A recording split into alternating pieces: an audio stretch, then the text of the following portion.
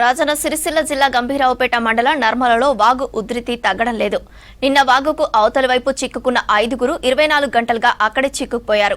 వారిని army helicopter ద్వారా తీసుకొచ్చేందుకు సిద్ధం చేస్తున్నారు. నర్మలలో తాజా పరిస్థితిపై బాబు యాదవ్ మరింత సమాచారం అందిస్తారు. గంభీరావుపేట మండలం నర్మల్లో నిన్నటి రోజున చిక్కుకున్నటువంటి 5గురు 24 గంటలుగా అక్కడే ఉన్నారు. అయితే వారిని రక్షించేందుకు ఒకవైపు ప్రభుత్వం కసరత్తులు చేస్తుంది. ఇప్పటికైతే ప్రస్తుతానికి మనం నిన్నటి రోజున చూసినటువంటి వాగు ఉధృతి అయితే చాలా ఇంకా పెరిగింది. మనము నిన్నటి రోజున ఆల్రెడీ మనకు నాగయ్య అనే వ్యక్తి మాత్రం గల్లంత అయ్యాడు. ఆ గల్లంత అయిన తర్వాత మరో 5గురు బర్రెలను మేపేందుకు వెళ్ళి అక్కడే వాగులు చిక్కున్నారు. అయితే నిన్నటి సంది కూడా వారికి ఒక ప్రభుత్వం అయితే వారికి ఒక డ్రోన్ ద్వారా ఫుడ్నైతే అందించారు. కానీ వాగు ఉధృతి మాత్రం చాలా పెరిగిపోయింది. ఇప్పటికైతే అంటే కామారెడ్డిలో కురుస్తున్న భారీ వర్షాల నేపథ్యంలో మనకు పాల్వంచ కుడెల్లి 2 వాగుల గుండా పెద్ద ఎత్తున అయితే మన నర్మల ఎగువ మండలికి అయితే వరద ప్రవాహం వస్తుంది.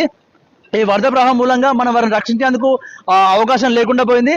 అయితే నిన్నటి రోజున మరొక వ్యక్తి లింగనపేట దగ్గర చిక్కుకుంటే అర్ధరాత్రి వరకు అంటే జిల్లా కలెక్టర్ సందీప్ కుమార్ ఝా, జిల్లా ఎస్పీ అఖిల్ మహేష్ బి గీతే ఇద్దరు కూడా కోఆర్డినేట్ చేసి ఎన్డీఆర్ఎఫ్ సిబ్బందితో ఆ వ్యక్తిని అయితే రక్షించారు.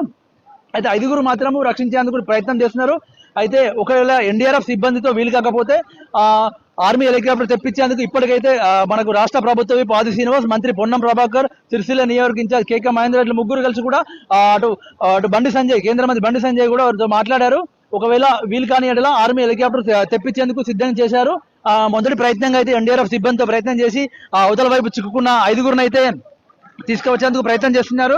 మనము కంప్లీట్ చూడొచ్చు. ఆ విజువల్స్ లో అయితే వరద ఉధృతి నిన్నటి కంటే చాలా ఎక్కువగా పెరిగిపోయింది. వారికి ప్రస్తుతం ఇప్పుడు కూడా డ్రోన్ ద్వారా మాత్రమే ఫుడ్ను అందించారు. అవతల వైపు కూడా వాగు ఉధృతంగా ఉంది.